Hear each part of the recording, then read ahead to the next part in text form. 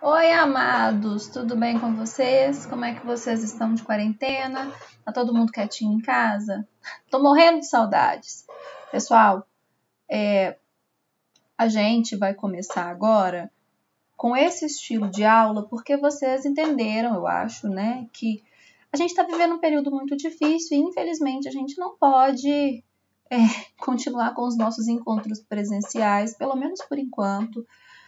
E é pelo bem da nossa saúde, né? Espero que todo mundo esteja ciente disso e tá todo mundo na torcida para que tudo aconteça da melhor forma possível e que tudo resolva o mais rápido possível para a gente, de novo, ficar juntinho naquela sala, com aquele ventilador que eu vou pedir para desligar, com tudo aquilo que a gente sempre fez. Enfim, já que a gente vai mudar o formato das aulas, eu tenho aqui algumas dicas, na verdade, quase exigências, para vocês seguirem, para mim e para vocês também. A primeira, pessoal, vamos anotar. Essa aula é a mesma aula que eu daria se fosse em sala de aula, então tem que anotar. E não é anotar só o que eu coloquei na apresentação. É anotar o que eu falo, é anotar alguma coisa que você lembra, assim, eu lembrei disso, isso aqui deve ser importante. Faz uma marcaçãozinha e anota. A anotação, ela é essencial para o estudo. O caderno, ele não serve só como um peso, não, gente. O caderno serve como um objeto para você estudar, para você consultar, para adiantar a sua vida. Tá? Então, vamos anotar. Isso não é só para assistir meramente, não. Até porque a gente vai fazer outras coisas depois que vão demandar conceitos que eu vou entregar para vocês aqui nesse vídeo. Tá certo? Mas, né, vamos começar então. Acabou o momento dicas do dia. Hoje, nesse vídeo, na verdade, né, hoje talvez eu grave muitos outros vídeos, vocês não sabem, ninguém vai saber. Se eu trocar de roupa e mudar o cabelo, aí que vocês não vão saber mesmo. Mas, pessoal, brincadeiras à parte. Nesse vídeo, eu vou conversar com vocês sobre um assunto que eu particularmente gosto muito na língua portuguesa, que é a variação linguística. Que eu acho que é um assunto rico, que é um assunto interessante, que é um assunto que a gente já falou algumas vezes, é um assunto que a gente já abordou de outras formas e que eu acho que é super interessante para a gente entender, a princípio, como é que funciona esse processo de comunicação que a gente tem e como é que funciona a nossa língua, né? Eu acho que antes de qualquer coisa da gente começar a entender classe de palavras e tudo, a gente tem que entender como que a nossa língua funciona, qual que é a lógica que ela segue. Então, por isso que eu gosto demais de variação linguística. E vamos começar por ela. Vocês estão me vendo aqui? Ó, tô aqui no cantinho. Pessoal, vamos começar a falar sobre variação linguística, então. O que é isso? Variação. O que é variar? O que a gente varia? A gente varia de quê? A gente varia de roupa? Um dia eu uso azul, outro dia eu uso rosa, outro dia eu uso roxo. Isso é variar? É, variar. A gente varia de... sei lá, de lugares que a gente frequenta. Um dia eu vou na sorveteria, outro dia eu vou tomar um açaí, outro dia eu vou numa cafeteria. Sim, isso é um tipo de variar. Então, variar implica a gente usar coisas diferentes. Não é isso? Então, a língua segue a mesma lógica. A nossa língua ela é variável. E ela varia com 1 milhão de circunstâncias. Em 1 milhão de circunstâncias existem variações. Então, aqui, o que eu trouxe para vocês é um compilado pequenininho, né, que eu vou trazer alguns conceitos importantes e que eu vou falar sobre algumas formas de variação. Tem todas aqui? Provavelmente não. Provavelmente agora deve ter alguém fazendo um outro tipo de variação aí e que a gente não vai conseguir colocar aqui, tá certo? Então, comecemos.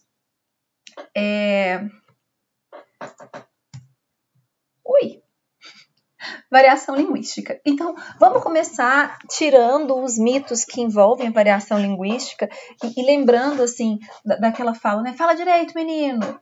Né, gente, quem não escuta isso? Isso é modo de falar? Lembrando que todo mundo escuta isso, tá? Isso daí não é uma exclusividade de quem está assistindo isso aqui, não. Primeira coisa, o que é variação linguística? A variação linguística é um processo comum de variação das línguas. É comum. Por que é comum? Porque ela acontece o tempo inteiro e acontece com todas as línguas. Não há língua que seja usada, né? Que seja usada que eu digo é língua que as pessoas falam, língua adotada como língua oficial de algum país. Não há idioma que não sofra um processo de variação. Por quê? Porque o processo de variação é um fenômeno social. E o que é um fenômeno social? É um fenômeno que envolve pessoas. Existiria um idioma se no mundo não houvesse pessoas? Eu acredito que não. Então, a gente só tem um idioma, e a gente só tem um idioma variável, porque esse idioma serve a um processo de comunicação que as pessoas se utilizam dele. Então, o que eu estou fazendo agora com vocês é um processo de comunicação, e eu sou uma pessoa, e eu estou usando uma variante da língua, uma variante que eu uso que tem sei lá, né, um grau de monitoramento, porque eu estou me policiando, porque eu estou num vídeo, porque eu sou uma professora. Enfim, eu não posso conversar com vocês da mesma forma que eu converso com os meus amigos. Isso daqui não é uma videochamada com um amigo, né, que eu vou conversar sobre assuntos triviais. Então, é um processo comum. Por quê? Porque todo mundo que está na mesma posição que eu provavelmente vai usar essa mesma variante ou um desdobramento de uma variante parecida. Então, quando a gente pensa em variação linguística, eu quero que vocês pensem o seguinte: é uma coisa que acontece com todas as línguas. É uma coisa que acontece com muita frequência. E é uma coisa que só acontece porque a língua é usada pelas pessoas. E só. Por quê? Porque as pessoas é que mudam, porque as pessoas é que se encaixam em situações, é porque as pessoas é que envolvem as situações ou criam as situações, vocês entenderam? Por que é importante a gente pensar em pessoas quando a gente fala em variação linguística? Porque a língua que está na gramática, né, a língua que está no livro, ela está lá. Ninguém usa ali, né? Ali está um papel escrito. A língua que está no dia a dia, ela está sofrendo mudanças. E essas mudanças, uma hora, vão chegar lá na gramática. Mas elas só chegam na gramática por quê? Porque elas são um fenômeno social. Porque as pessoas mudaram a língua. Não é a gramática que cria a língua, são as pessoas. Então, pensando nisso, eu acho que a gente humaniza muito o processo de variação linguística. É uma variação, é comum, acontece com todas as línguas e é um fenômeno social. Até agora tá tudo bem, né? Beleza. A gente vai entrar aqui no primeiro processo, ou na primeira dicotomia de variação. Que a gente vai entender que não tem muito de dois aqui não, que tem muito mais. Que é, primeira coisa, o português falado e o português escrito. São duas coisas diferentes? Ou vocês acham que tem gente que fala exatamente da forma que escreve? São duas coisas completamente diferentes. Então, quando a gente se depara com uma transcrição de uma fala, mesmo que seja num ambiente formal, mesmo que seja uma coisa ensaiada, essa transcrição ela vai se mostrar para a gente muito diferente daquilo que foi realmente escrito. Por quê? Porque a língua falada é uma, né? É uma variante, e a escrita é outra variante completamente diferente. Porque estão em situações diferentes. Entenderam? Então, é o primeiro tópico aqui. Segunda pergunta.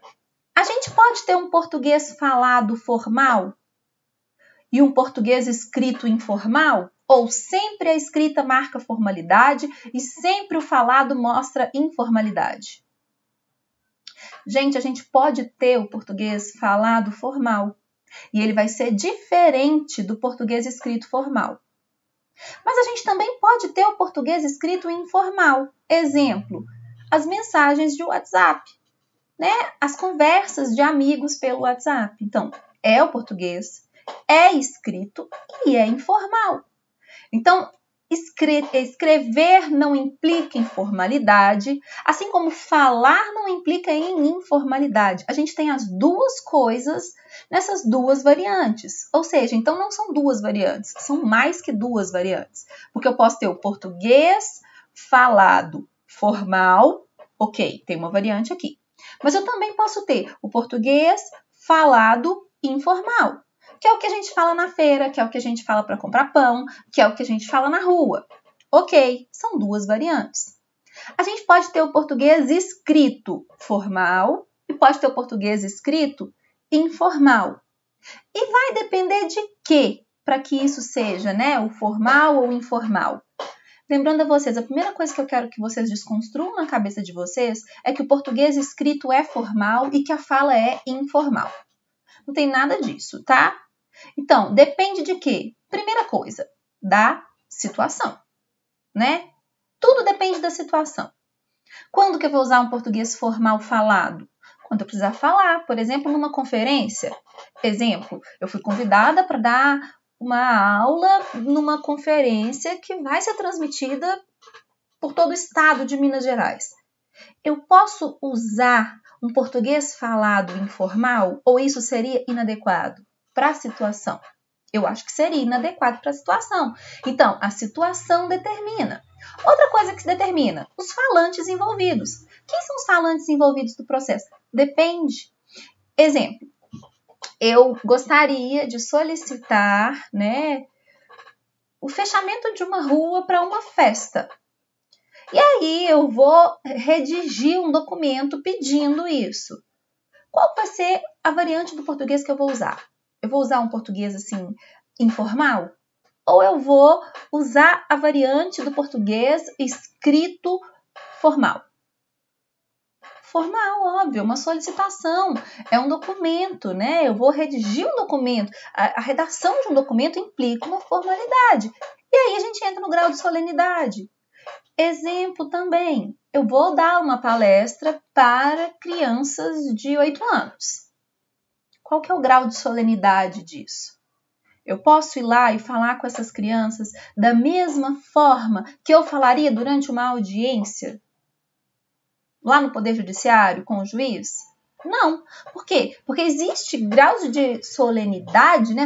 Solenidade, gente, é aquele evento, sabe? Aquela situação que depende de um tanto de coisa, que tem um monte de requisito a ser cumprido. Isso é solene, é aquilo que tem formato, aquilo que tem que se encaixar num formato. Então, às vezes, uma conferência com crianças de 8 anos, 9 anos, não tem tanta solenidade quanto, por exemplo, uma audiência, né? Que tem a hora de levantar, tem a hora de sentar, tem a maneira certa de você se direcionar ao outro, tem que chamar por pronome de tratamento. Então, tudo isso pode variar. Então, tirem da cabeça de vocês, a primeira coisa que eu quero que vocês tirem da cabeça, que português falado é um português informal e o português escrito é um português formal. Não. Pensem no seguinte, qual que é a situação? Quais são os falantes envolvidos? E qual que é o grau de solenidade? Tem algum formato que eu preciso atender?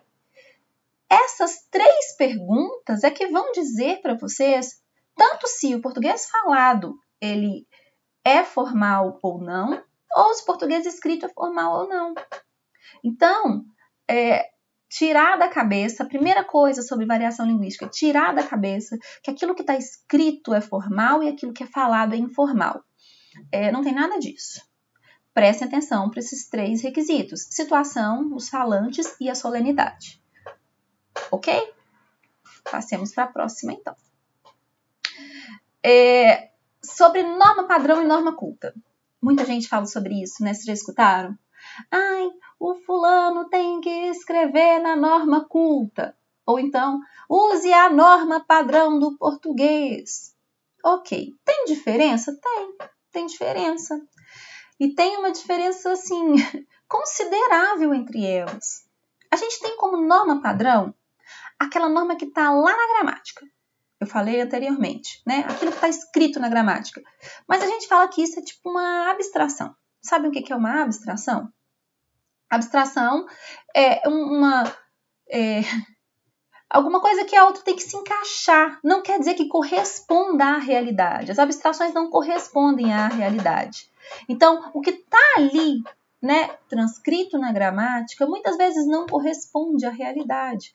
Então, exemplo, a gramática ela prescreve usos dos pronomes de um jeito que nós, brasileiros, na fala, não atendemos. Não atendemos. E numa fala formal, hoje em dia já é aceito. Ou seja, faz parte, né, de um padrão, mas é uma abstração. Por quê? Porque ele não é 100% seguido. Porque aquilo ali é é quase que artificial, não corresponde a uma realidade. Por outro lado, a gente tem a norma culta. A começar pelo nome, eu já detesto. Culta. O que é culto, né? Vocês já ouviram falar? O fulano é muito culto. Culto é aquele cara que leu muito, que estudou muito. Esse é o cara culto, não é? Vocês já ouviram isso? Pois bem, resolveram dar esse nome aí para norma que a sociedade aceita como a mais próxima da norma padrão. Quer dizer que ela é a norma padrão? Não. Quer dizer que ela se aproxima muito do padrão da língua. Ok. Então, por que ela é chamada de norma culta? Porque, né, alguém pensou que as pessoas que estudaram muito e as pessoas que se dedicaram muitos anos sei lá, estudar, se dedicar à língua, elas são cultas. Se elas são cultas, elas detêm uma norma culta. Então, por isso que eu coloquei aqui. A norma padrão ela é um tipo de abstração, ela está ali, não quer dizer que ela vai ser totalmente seguida à risca. E tem a norma culta, que é o quê? É a realidade, que é na prática, que é no uso. Então, quem, né, vocês veem sendo elogiados, fulano escreve muito bem, ou cicrano fala muito bem, quer dizer que essa pessoa, ela domina a norma que a gente chama de culta, que é, por sua vez, aquilo que mais chega perto da norma padrão.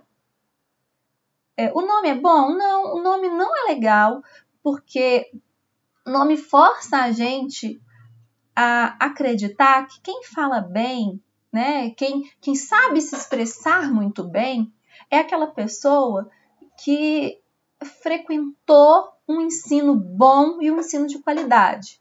Que a gente sabe que não é a realidade do nosso país hoje. Que a gente sabe que não é a realidade de boa parte das pessoas. Então, boa parte das pessoas não tem essa oportunidade de frequentar um ensino regular de qualidade. Por isso, elas não são cultas. Entenderam como é que esse nome é um pouco problemático? Mas esse nome ainda é muito usado. Então, a gente tem que usar. O que é a norma culta, então? Na prática, né, é a norma que mais se assemelha à norma padrão. Como que a gente sabe dela? Há alguns anos atrás, essa norma culta, o parâmetro para ela eram os grandes jornais, ou os jornais de grande circulação daqui do Brasil. Então, se um jornal de grande circulação do Brasil inseria ali uma palavra que até então a gente pensava, ou um tipo de expressão que até então a gente pensava que só se usava na fala informal, na fala mesmo, ninguém nunca escrevia isso, enfim. Se aquele jornal usa aquilo passa a entrar na norma culta. Eu acredito que hoje isso ainda deve ser um tipo de parâmetro. Tem um tempo já que eu não ando pesquisando sobre isso, mas acredito que seja realmente um tipo de parâmetro, sabe? Então, a norma culta é a norma que é perto da norma padrão, ela se aproxima da padrão, mas que ela tem características do uso. Então, o que é o uso? É isso que a gente está fazendo agora. Eu estou dando essa aula, provavelmente vocês estão escrevendo, né? Então, eu estou com uma variante, vocês estão com outra, e aí, se aparece alguém aqui perto de vocês, aqui do lado, e oferece, sei lá, uma vitamina, um milkshake, vocês vão responder com outra variante, por quê? Porque é outra situação, tem outros falantes envolvidos, a solenidade é outra. Enfim, então, a gente tem esse tipo de uso. Então, a norma culta é uma norma que ela tem como parâmetro o uso, tá certo? A padrão, ela não considera o uso dos falantes. Ela tá lá na gramática e ninguém usa aquilo, as pessoas consultam. Mas aquilo não é usado, aquilo não tá na prática, aquilo não tá na fala do brasileiro, tá certo? E aqui a gente chega a uma outra questão, já que a gente está falando de norma culta, né? E a gente está falando de norma padrão, eu expliquei para vocês que o nome culto é um pouco problemático, a gente chega numa outra questão aqui, que é o seguinte: língua e poder social. Existe alguma relação sobre isso? Então, o que os teóricos falam para a gente, ou o que as pessoas que estudam língua falam? Falam que sim, que sim, a mesma coisa que eu falei anteriormente. Se os jornais de grande circulação pelo país inserem ali uma palavra que a gente só usava em contexto que não é o contexto de formalidade, aquela palavra, ela passa a fazer parte da norma culta. Por quê? Porque alguém que foi julgado como culto, ou seja, alguém que tem poder social, usou aquela palavra.